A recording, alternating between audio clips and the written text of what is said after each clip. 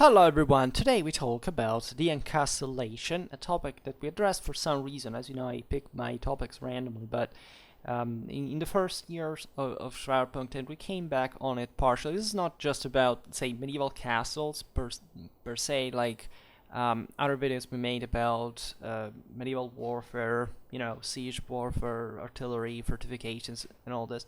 We will come back on that soon too. Hopefully, this is really about this crucial period in history that is effectively the post-Carolingian one. As a historiographical definition, I think it fits perfectly, and that honestly, I don't know like an era, like I never found in a movie or in like on YouTube or whatever in a popular sense, right?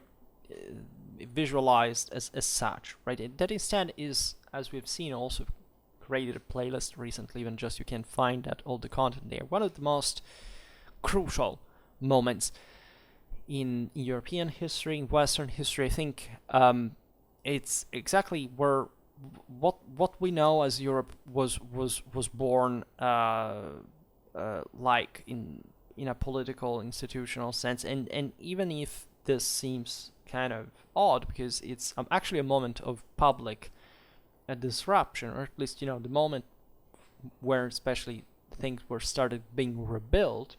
One may say, but it was just apparently there was a bit of negative stigma here and there, right? The 10th century, the Iron Century, this moment of invasions and trouble. But as we know also from the most updated historiography regarding the revival of the year 1000, and so actually the beginnings of that enormous push of the medieval civilization that would effectively exhaust itself only by the 14th century, were born, were seeded before, right? We're beginning actually for us, say, to read the sources of the year 1000, saying, wow, look at what a boom. But it starts there, yeah, because the sources talk later about it, but the mechanism had already been launched. So Encastellation in this has a great relevance because it's Europe began to be dotted ever more than before by these castra, these fortifications that were just motte and bailey castles, telling you the truth.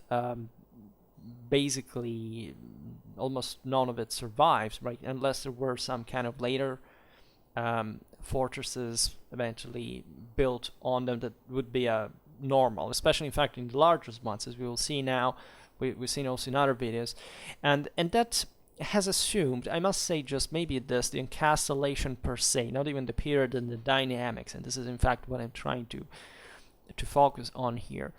Some ideological color because of the idea that Europe was fundamentally under attack, and therefore Encastellation represented the best of the defensivistic capacity and the resistance of a system that was being threatened from disruption, whatever. This is true in part for some areas of Europe that were at that point crucial for maybe shifting really the balance, control, and this is especially true in Central Europe.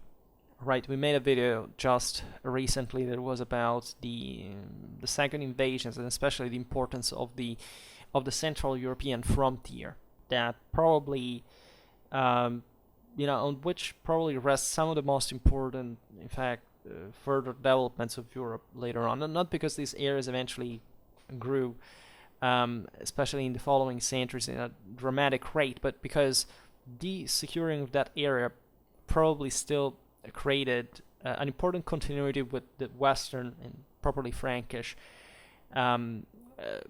possibility of consolidating further the continent, right, as opposed to what was presented more in the Central Eastern European areas in different ways. It was a real struggle, right? And there are areas that were, of course, more hit by the second invasions and so on. And so we get this idea of a reign of Normans, Saracens, Magyars, etc., that were destroying, raiding, destroying everything.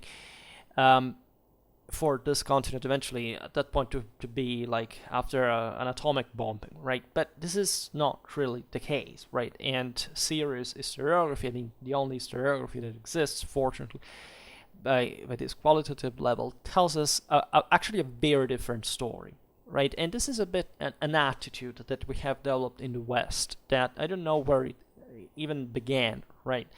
As for more modern times, I call it the Vietnam War syndrome, and it's about an attitude, right? That is a bit, maybe it's the same spread of materialism and in fact, looking at a system that was, yes, politically fragmented and also kind of, in this sense, disorderly and kind of very gradually consolidating.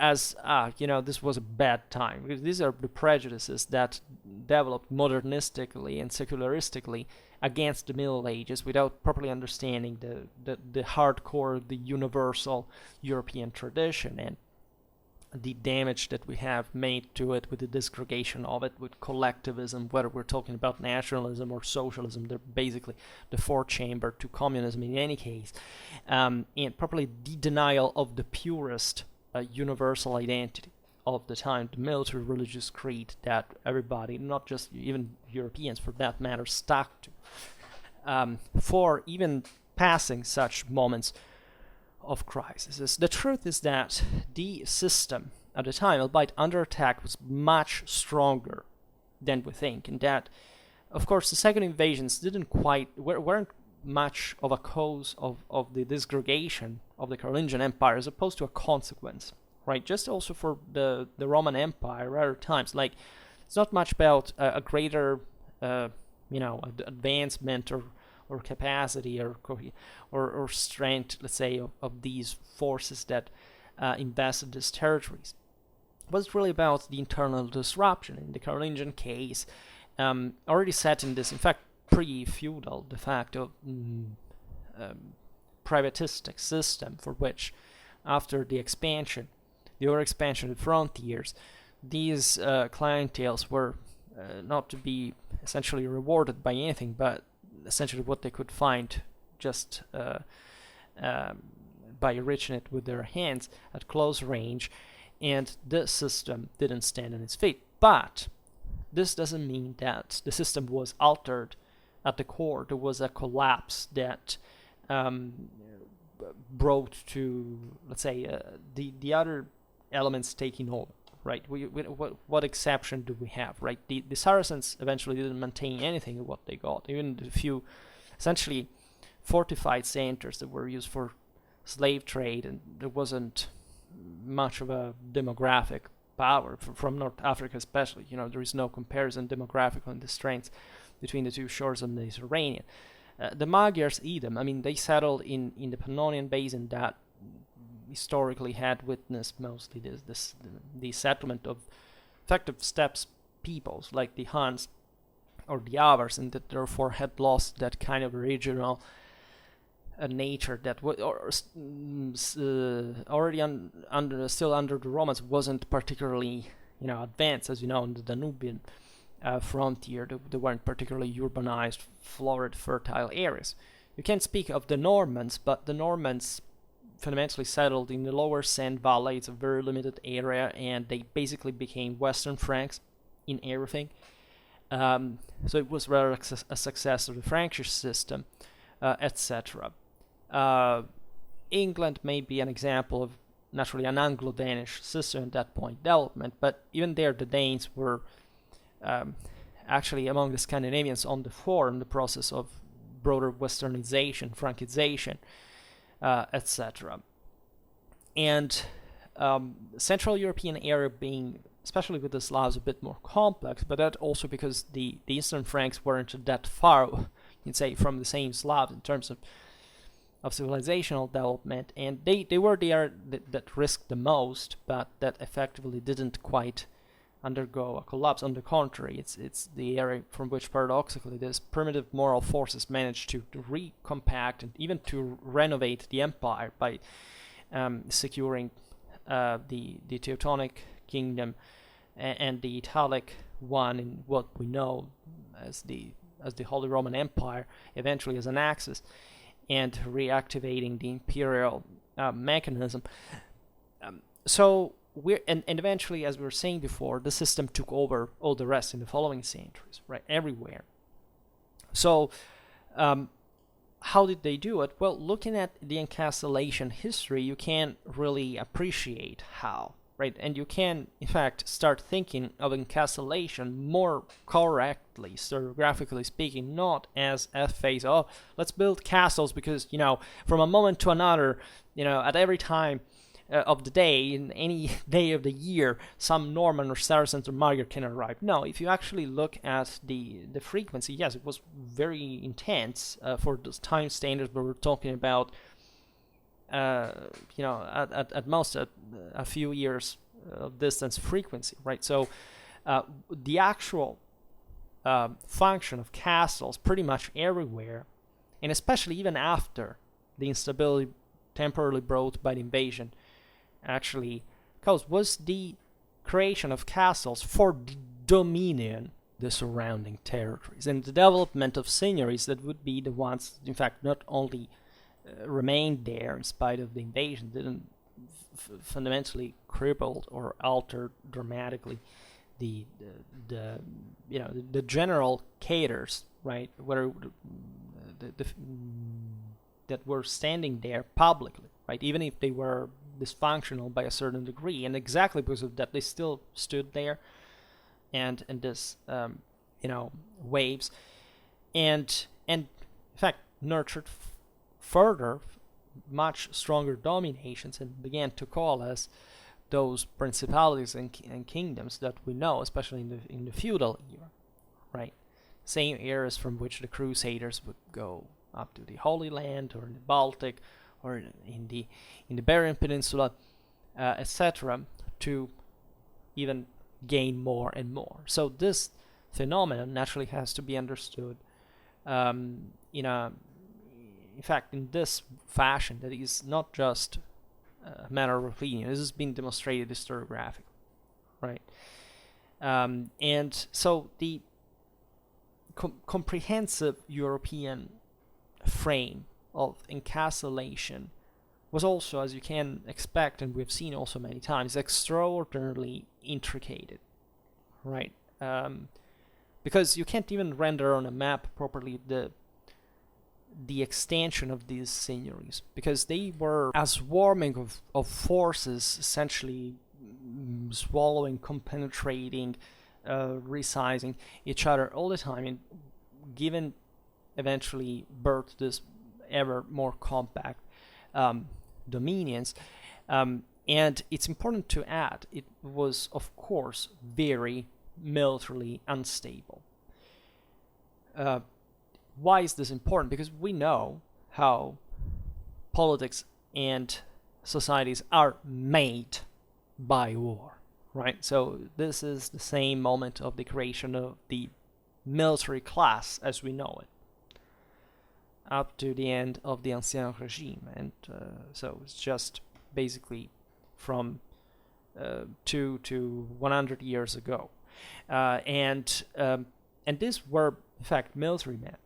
And they were habituated properly to deal constantly with this perennially unstable reality, where the only way to actually consolidate that power and to bring order in it in a positive way, because it eventually succeeded, right? If the world had always been led by brutes that do not understand how to, we would have properly already extinguished, we have already exterminated each other. And even more, very often the ones who make war, if they know especially how to do it, and these ones knew how to do it, would build something greater, right? Which is something we should learn today, considering sometimes the appalling military performance that we see in systems that in fact are ever more distant from reality, right? These men lived in war all their lives. Being a miles was a matter of, not even properly distinguishing, which in fact it didn't exist at the time as a concept, between military and civilian life.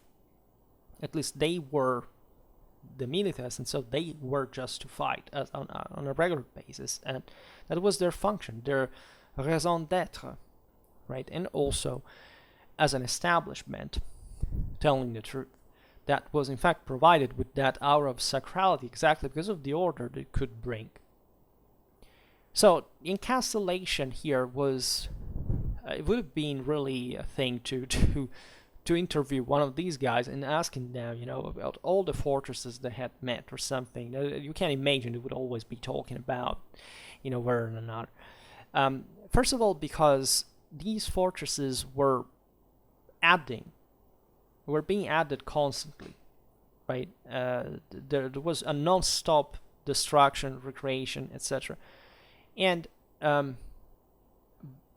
in this sense, in fact, by effect of unfavorable economical conditions, sometimes the persistence of, for example, also peasant communities that were protected by the fortifications, were interested by the works for their maintenance, and not really just a few castles. After a certain point, they perished and disappeared, right? As we were saying before, they were just moat and bailey castles.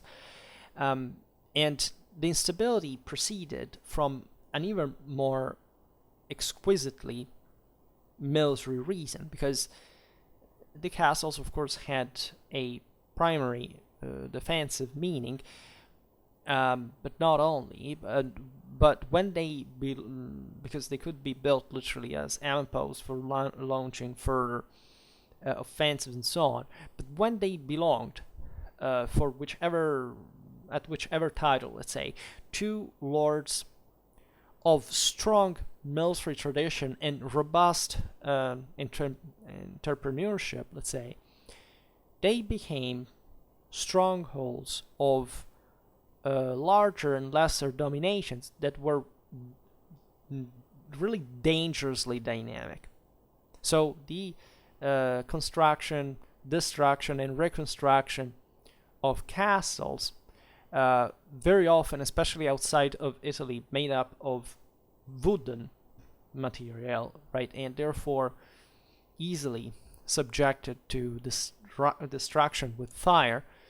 When they were conquered by number, accompanied constantly the territorial ambitions of the dynasties in political expansion at all the levels of power.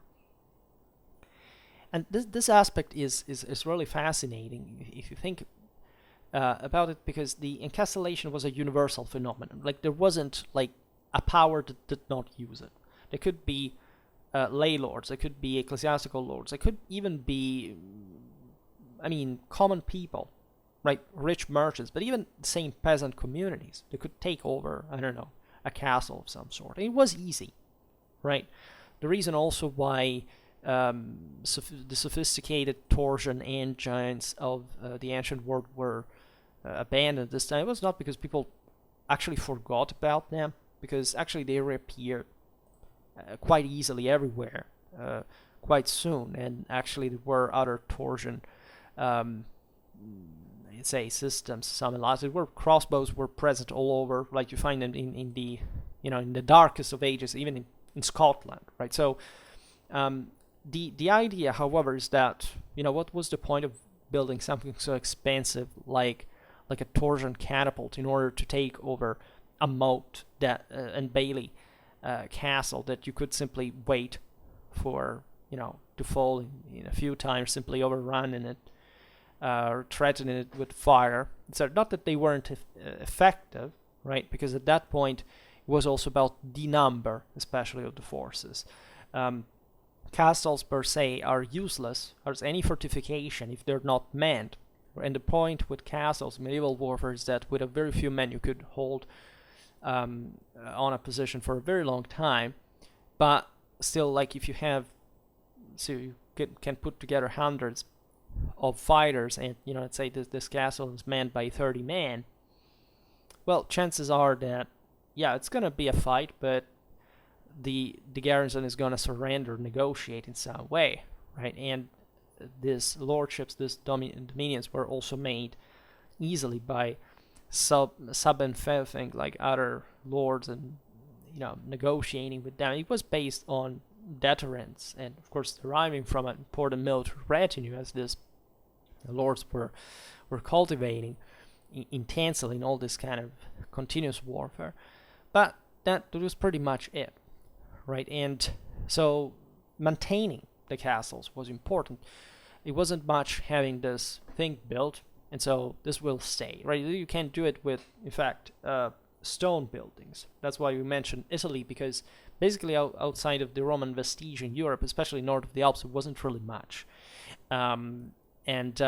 So the Mediterranean was kind of a bit more habituated to more permanent, robust buildings and made up in stone, etc. But if you build a wooden structure, this thing has to be upkept, and in order to do that, you must have somebody there that works for it, that makes the local community working for it, finding materials. It costs, right? So the tendency, of course, would be on the longer run, as you can observe up to the Renaissance and beyond, at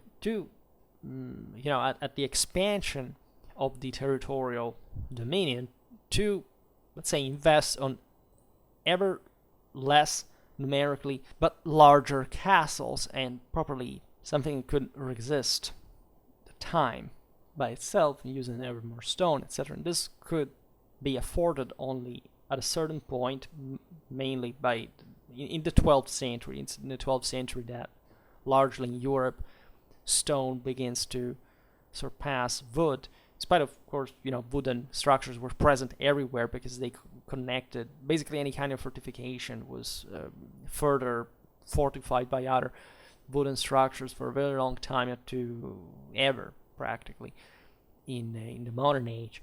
And it would work quite effective in terms of cost benefits, depending on the tactical contingency, right? That's also why field fortifications were really something in the Middle Ages, and it's often overlooked. But ruling a territory and considering properly from an attritional point of view all the forces that will eventually interact with the castle really meant a constant upkeeping properly of the structures, not just the garrison, as we've seen before from a military point of view, but just, in terms of supplies, logistics, and so on. And so this could be, that the castle type could be a thermometer, like we've seen the power of a lord, right? And consider that while cities, of course, existed, and they weren't even just they weren't decayed or dead, right? In some areas, yes, of course, especially the far north, things had changed importantly from Roman times, because already at that point it wasn't some of the most,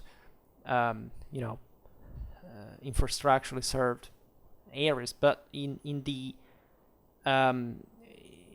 general, even the city was normally subjected to this net of country fortifications, because at the end of the day, the city draws its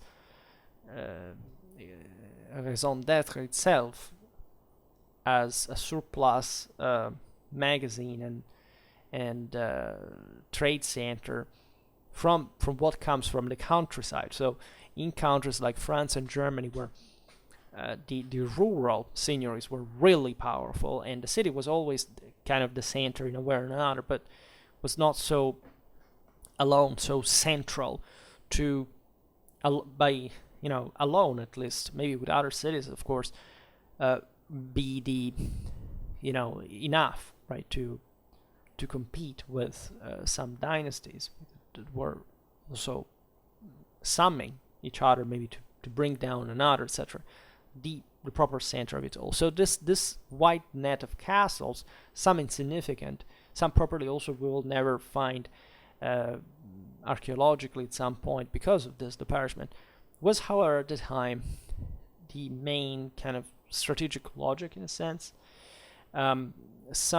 Remember that everything has a strategic meaning as long as you can use it militarily speaking. There are some authors that I don't know why, they're a bit structuralist and they want to make this distinction, but distinguish between strategic castles and non-strategic castles doesn't mean anything. It's just an asinine confession you never studied the Kriege, because every single place can serve strategically. Every building can be used in that fashion as long as you activate it as such. And while it is true that there were some castles, as we will see now, that were kind of more, militarily functionalized and oriented, still a castle is a castle, right? We know all over medieval history that even just some private buildings that were meant to be civilian, but again, you can't really distinguish the two things, could easily be used as castles themselves, right? So it's a kind of a distinction that really deconcentrates from the core of the point. And so again, the hierarchy of powers locally could be measured on these infrastructure, and in fact, as we already know, it could happen that the military sphere of action of a count could tend to restrict to the areas of the areas of the comitatus that was of more immediate economical patrimonial interest. On the other hand, it happened that same count or other more entrepreneurial than him would expand militarily beyond the boundaries of their originary comitatus in areas where patrimonial interests of the comital family or a strategic calculation of some strengthening logic corresponding to, of course, a will of greatness and of power would bring to the construction of outer fortresses and the destruction of the one of the rival dynasties. So this had a massive impact on the public districtuation of Europe at the time. In the Historical European Regions series, we have seen how famous feudal states in high medieval Europe emerged fundamentally, yes, around a cluster of pre-existing district of, say, Romano-Germanic origin, mostly gravitating around the urban centers, and thus the dioceses, etc. That, however, in some instances, so this is especially the video we made about the Duchy of Burgundy, because that's also the difference with the county, etc. came to be, could be modified from the original because in this moment of full privatization, as we'll see now, if I am ensured as the Capitulary of Quercy or the Edictum de Beneficis actually provided the fief, the local county is given to me as a sort of private possession, I can also dismember it in a sense, in the way I want. Not that this was actually sought actively, because the pre-existing district was always provided with some kind of unitary power that nobody really was interested in fragmenting, right? Even when there was in fact some internal struggle, because they would all aim at the control of the wall that was sanctioned legally and on the base of a tradition, of a continuity of public order. So that also had to do with the relation with the sovereigns, etc.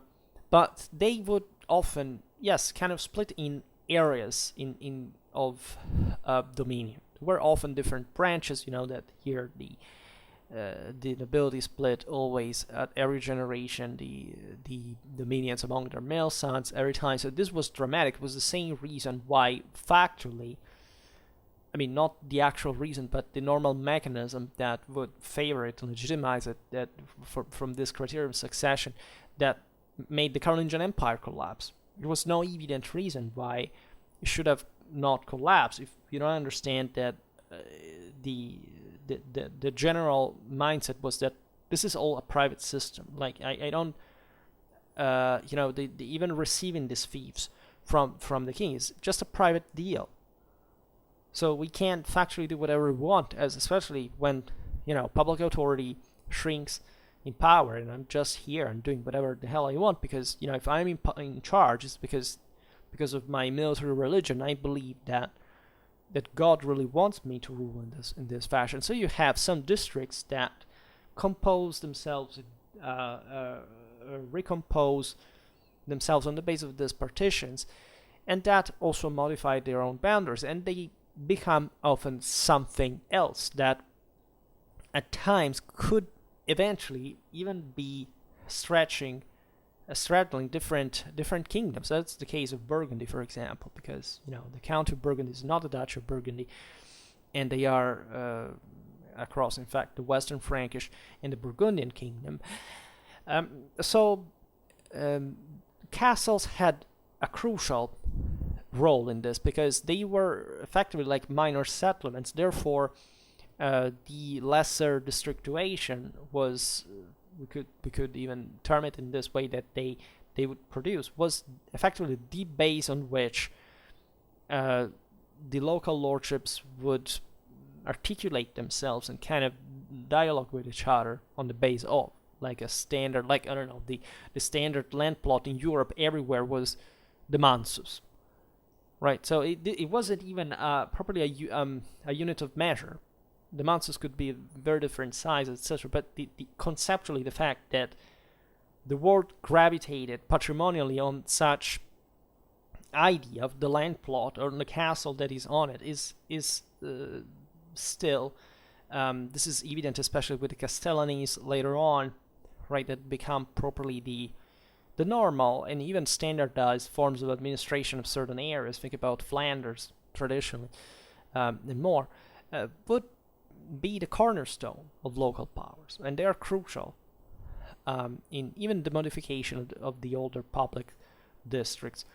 In fact, especially from the 10th century, the latter, within even a same kingdom, accentuated on the base of encastellation and in ever more spontaneous forms, a political territorial movement that had already important premises in those, say, groupings of comitatus in Carolingian times that in fact had already began to make things work that way because it was easier, right? The Carolingians wanted to compact some areas so they could control them better, not only in a fragmented fashion, create kind of a higher nobility, so fewer people to interact with, control larger areas. This was again done privately, but it had already brought, so it would bring to the further lack of control because there wasn't like any other but a sort of public-private force in the middle, and no king at the time factually controlled everything, nor even sometimes even the majority of the entire empire, etc. So this would bring already these clusters of comitatus together, and equally, because at the end of the day the vassals had the same problems that the sovereigns had at a lesser level, the dissociations of the same. These clusters would give birth to some other countries that didn't exist before. Think about, that was a bit different because it was kind of on a bigger scale, but we just made example recently of the Duchy of Austria, for example.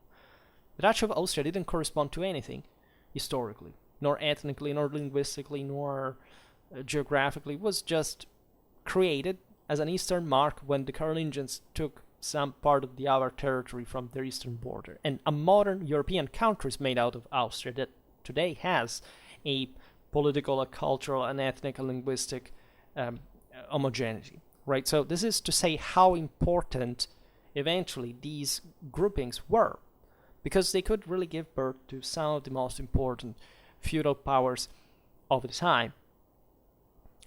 So naturally, administrating this thing was quite interesting, or at least it's interesting for us to study. But at the time, it was a total mess. But so what you would see here, in fact, is the meeting of, in fact, just the royal governmental needs. That is to say, this freaking kingdom has to stay together, right? And it has to live on. And this could, even in the moments of greatest political fragmentation, the factor would always be still the interests of the vassals, because as we were saying before, for the same district, the same kingdoms as public districts were, what at least the highest nobility aimed at the rule of, right? There was a sense that still these kingdoms, albeit they had been formed in provisional ways, right? Even the famous Treaty of Verdun that would effectively separate, as we know, especially the Western Eastern Frankish kingdoms, would loosely give birth to what we call as France and Germany, even though there is a lot in the middle, also in other countries came later. But was not really meant to be per se, right? There were good reasons for which it could take that shape, but think about the creation of Lotharingia, that effectively disappeared. Yes, there is today the region of Lorraine, but is a pretty meager shadow of a power that never came to be.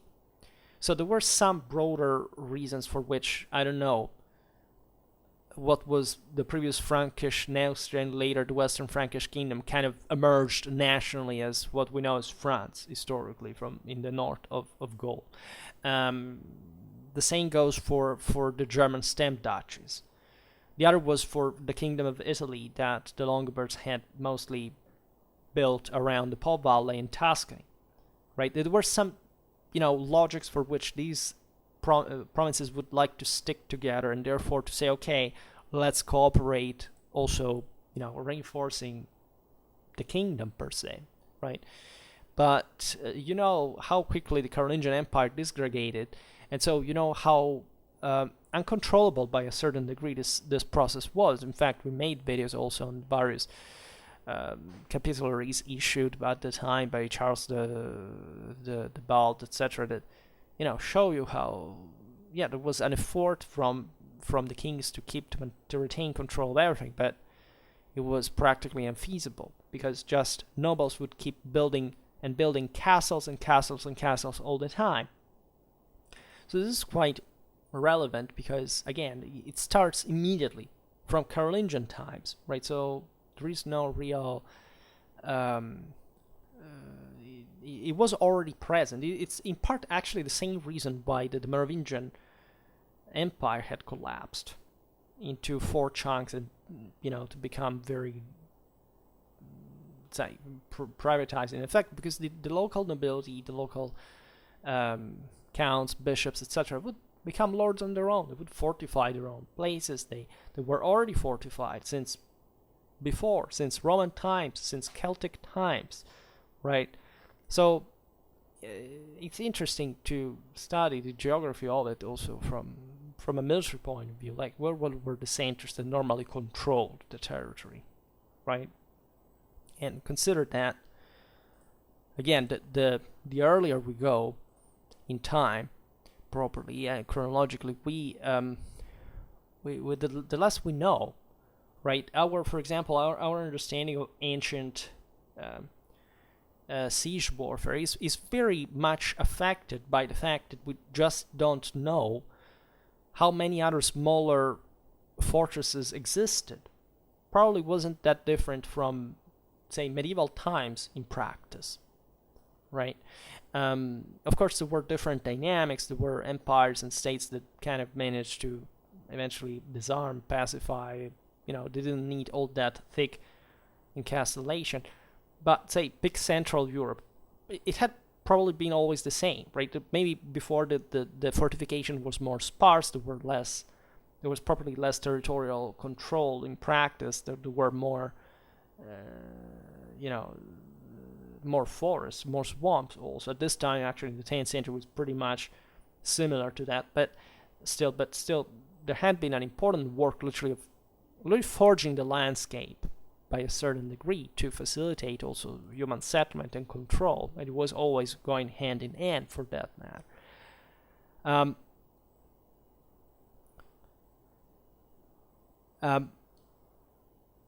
And of course, part of the reason why these broader groups managed to keep the kingdom together as well is that they could keep together themselves on the base of some local power. That is, the tendency to autonomy is not necessarily just detrimental to the public district per se. Can mean that, think about, this is always very interesting, thinking about the post-Carolingian kingdoms. The Kingdom of France was to become the most powerful in Europe by the High Middle Ages, right? It was, of all the post-Carolingian kingdoms. So Western, Eastern Francia, Burgundy, Italy, the one that disgregated the fastest. Who actually, you could say, this one won't make it. It was the only one who would make it in the end as a national monarchy. And part of the reason is that exactly the degree of privatization, because paradoxically, it was more of a gluing factor to have all these very powerful lords competing with each other, being ever more capable of coordinating each other for political and strategic reasons, than areas that were even better publicly served, like especially Italy, and that even were in fact the most important in origin, with the imperial crown attached to them, but effectively didn't have even a king anymore. I mean, the district remained, the Italic kingdom, up to the secularization, but factually somebody else ruled within it on the base of some territorial base that didn't practically correspond to the thing. The Kingdom of Burgundy, Burgundy/Arles was a hell of a power at some point. It had a very good chance to reinforce itself, especially, and also there is a lot of random dynastic issues here. Who inherits what, as we were saying before, etc. This thing also kind of practically disappears properly entirely. At the end of the Middle Ages, there isn't even more. The public district, had become completely fictional. The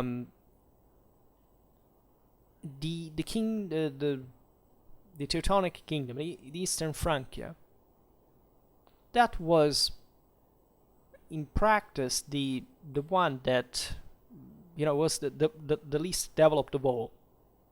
It was the one from which the Renovatio Imperii restarted. Probably also because the stem duchies decided, in fact, to put themselves together and say, okay, let's resume an imperial policy. With a paradox that the Germans could have an empire, but they couldn't even rule their own country. So you see that every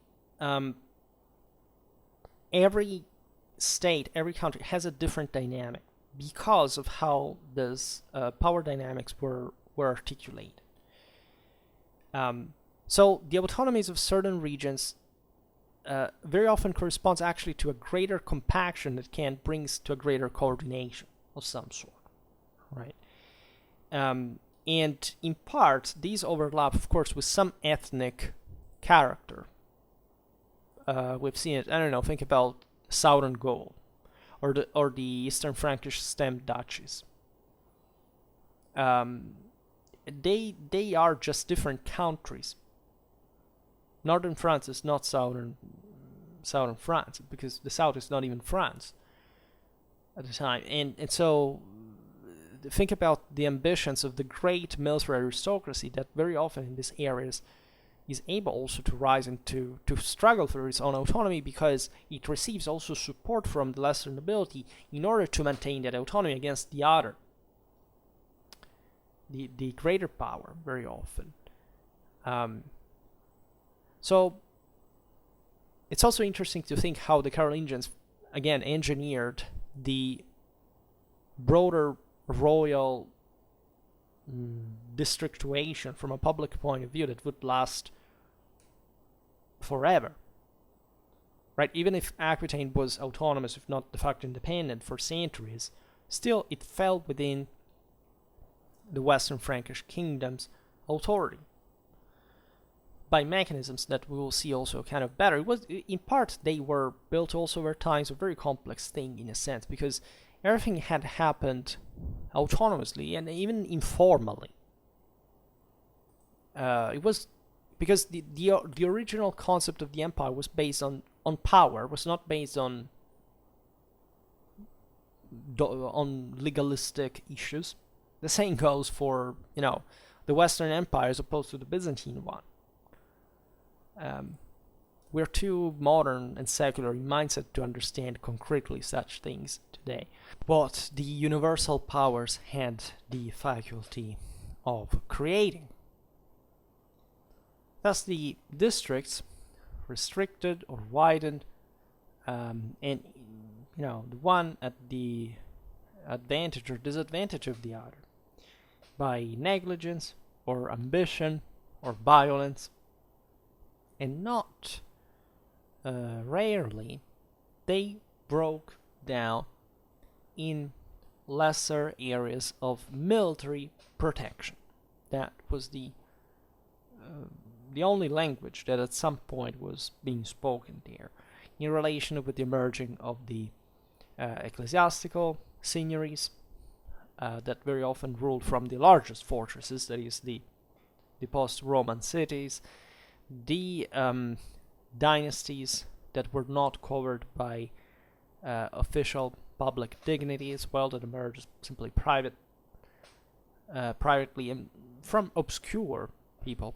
Again, in the aforementioned historical European region series, we have seen how some of the most important dynasties in high medieval Europe had emerged from people that we don't even know factually who they were. Like, we can guess, but what their status could be, but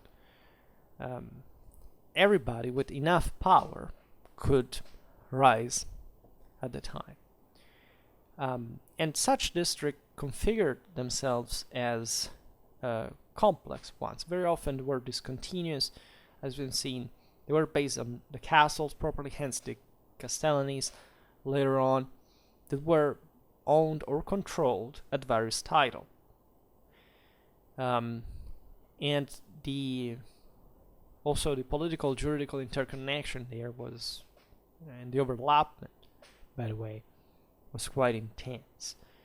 And to the military game, in fact, also the one of the personal juridical relations was added, because these were normally expressed through the vassalatic beneficiary institution, that is, the more those dynasties that were more dynamic, connected with royal power, in order to receive the government of some province, or to maintain it, or to reacquire it, by the way. And on the other hand, they also took on this vassalage duties towards important ecclesiastical sees, because these offices could be owned by prelates that were friends or relatives, in order to achieve the guardianship of some of their castles.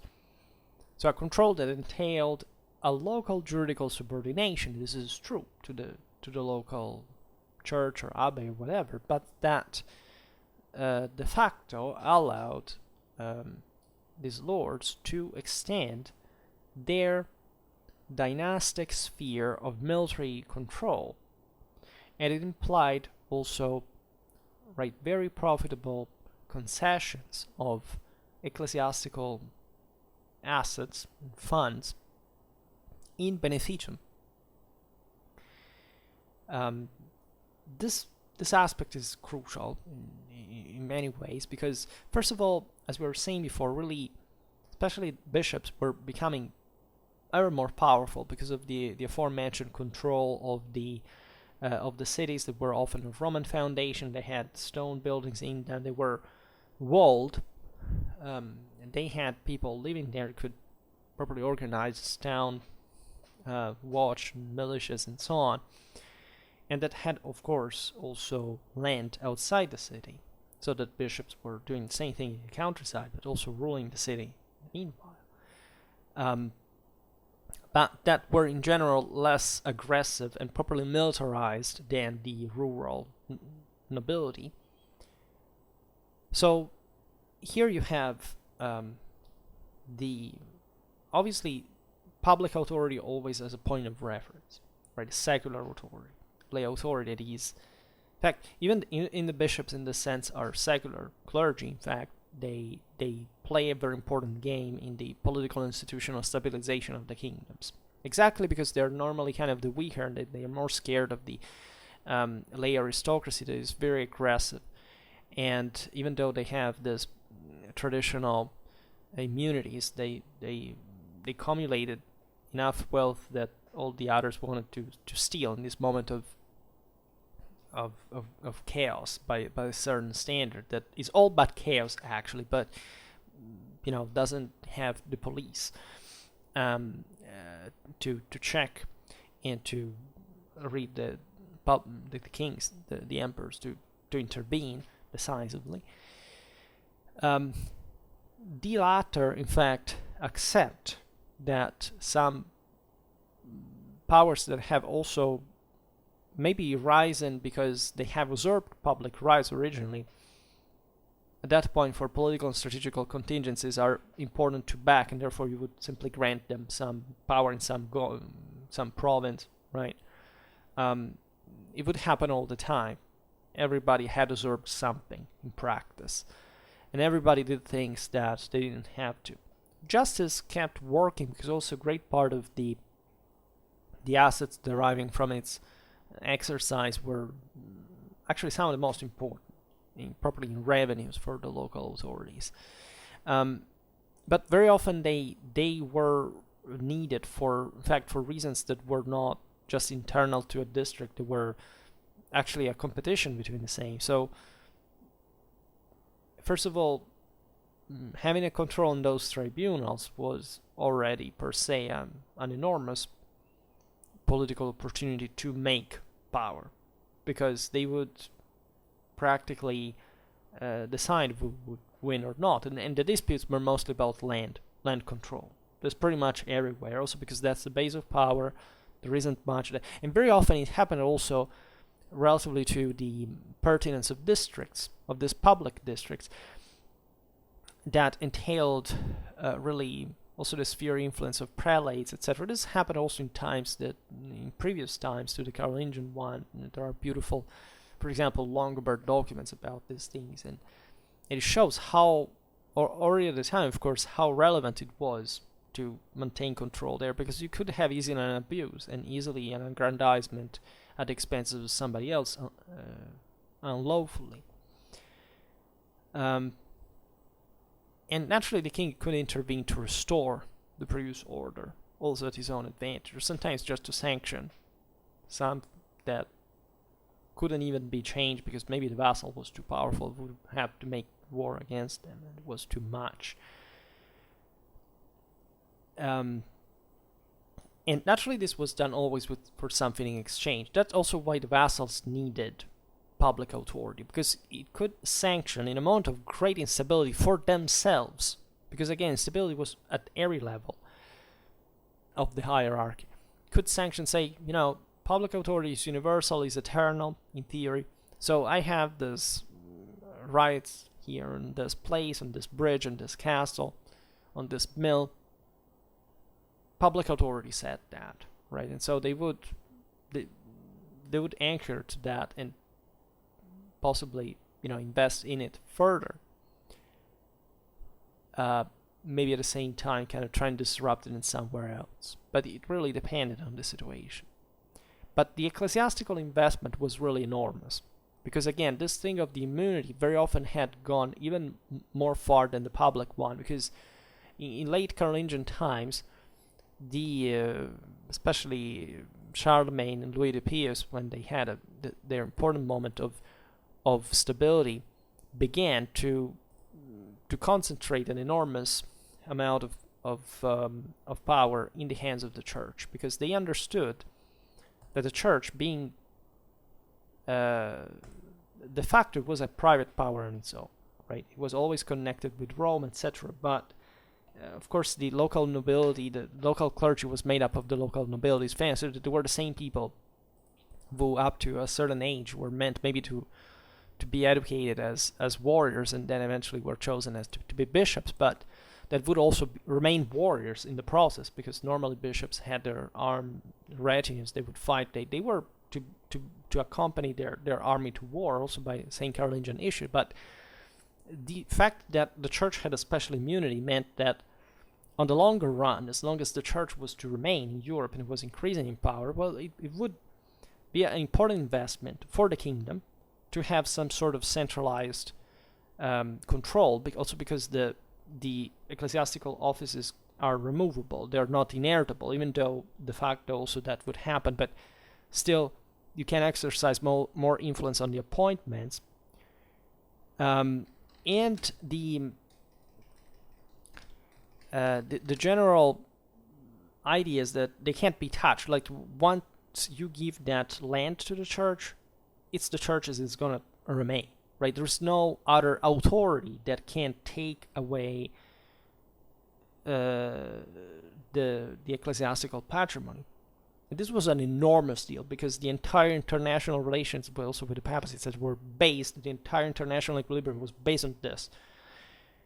So it was useful for some private families to invest in monasteries, in abbeys, in churches, and donations, to what factually would become part of the, not of the ecclesiastical administration, just to maintain an ecclesiastical immunity, but maintaining connection with the same foundations by dynastic tie.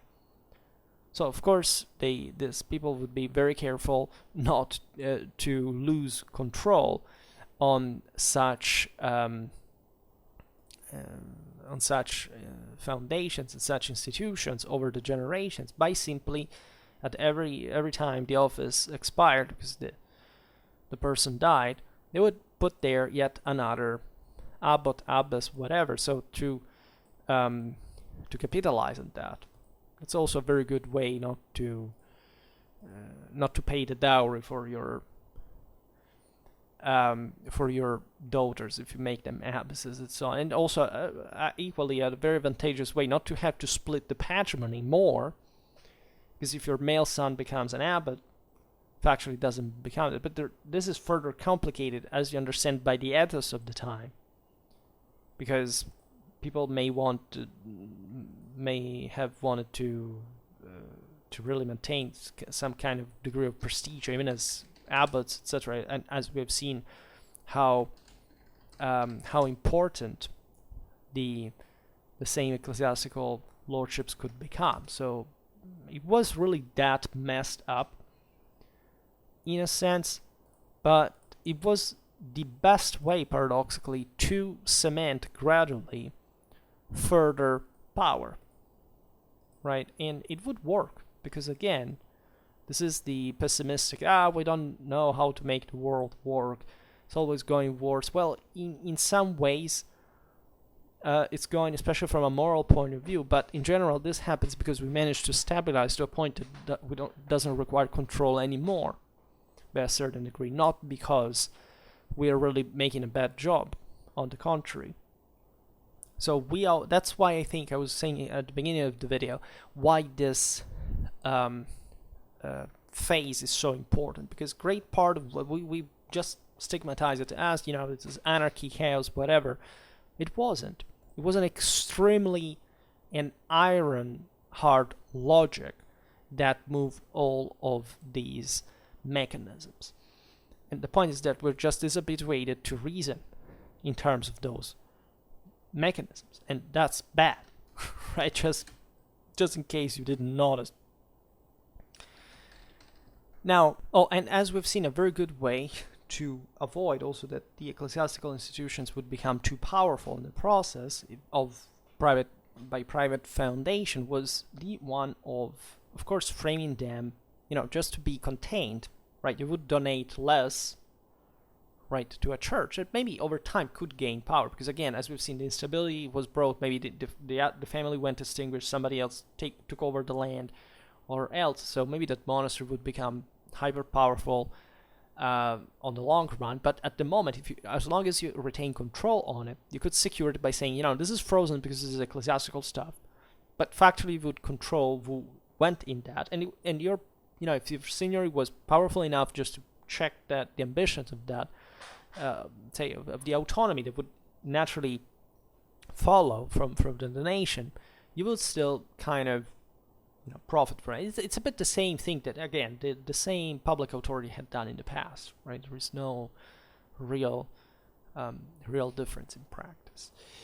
And the biological one, really, and also just the vassalatic ones. I mean, the relations with to the relations with the kingdom and with the powerful churches intertwined that one of the matrimonial and vassalatic alliances that continued to develop by traditional way within the same military aristocracy. There was, by the way, always marrying more into each other's as to consolidate its status properly as a class, right, as a nobility that was accommodated by lifestyle, by values, by this knowledge, like this capacity of doing. Because again, these were the real rulers, right? There were already intersections with this, but factually, the milites would take over Europe everywhere as the strong, secular, armed force. And this, of course, involved the political destiny of the Encastellation through the inheritance distribution among the heirs, assignations in dowry, and beneficial concessions. And so castles would be properly passed. Like, there was some broader planning. There were some areas of Europe, like in the Po Valley, where, I don't know, the system was so monetized already, or this quickly and more than the others, that there were people who literally built castles just to sell them. That is to say, they prefer to make money as opposed to become a lord, even, or maybe becoming one, but maybe they already were, but still they would sell it, right? So who does want this castle, and how? You can understand it's also a very profitable business, because if castles are so quickly needed, of course there would be a lot of competition too. Everybody that was building castles at the time. And it's very fascinating if you study Tubert, for example, that made beautiful works on the Roman province after the Saracen invasions.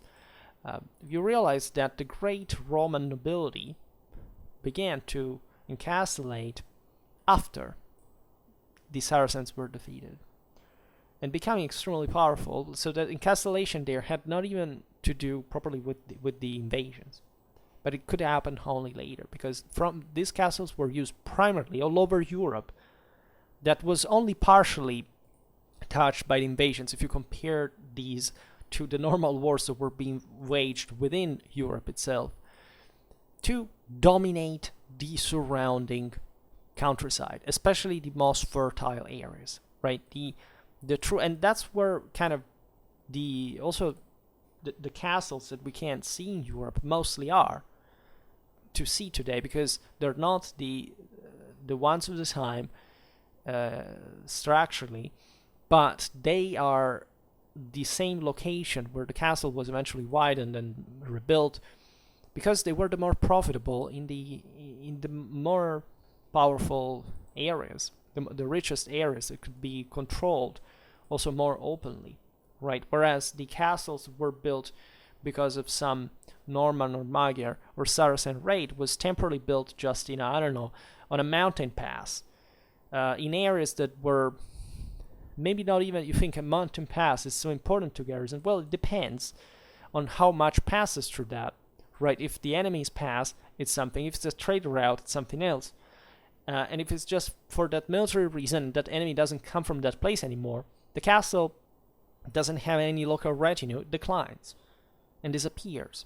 And those are mostly the castles that were built for protecting Europe from external invaders. But the wide majority were actually created by Europeans to rule over other Europeans and to build those powers that we know eventually brought the continent forward in the history of civilization. And this concept, again, we've seen how consensual many times, or probably how there was not an option to that form of subordination of the local communities, because people wanted to be protected. People needed to have castles around where to bring their chattel, their harvest, in case of a foreign attack of some sort. Because that was life at the time. And these people were okay with giving up part of their freedom to be protected, instead then, being cut down instead in the process, just for saying I'm free, right? If they couldn't afford that, and surely the broader situation wasn't stabilizing the middle classes at the time, but actually creating something ever more oligarchic, well, that's what normally happens. Right, encastellation is a phenomenon that you find in all times of crises. Right, you find it was there in the late Roman Empire, it was there in this other phases. There are waves of encastellation depending on the moment of crisis of the system. And hopefully we will also keep talking about castles, but we don't do it often. I haven't really created on yes, I mean, sometimes I made videos about castles. I have plenty of those as well, but say we could make something more categorical, the types of castles, etc. Also their structure, maybe from a strictly military technical point of view. But this broader political and social background is necessary, because otherwise you don't understand why castles were built or how they were used, what were there for. Right, you have just the beautiful. I don't know. I love this period in history when I pick the pictures for making the video. Like all this moat and Bailey castles here are pretty cool looking, right? You would like to be there to have your own scenery over the surrounding territory. That's also what I'm trying to do, patrimonial in real life. But there is a broader logic, and that broader logic connects you with the world. Right, so also let's debunk all those idiocies that you've been likely told at some point in your life, that this was a closed system, people didn't travel, everybody knew just the place where they lived. That's bull, It's absolutely so, because if you just have the ABC of the politics of the time, that it was all intertwined with the royal, the imperial policy, the foreign policy, the intercontinental policy.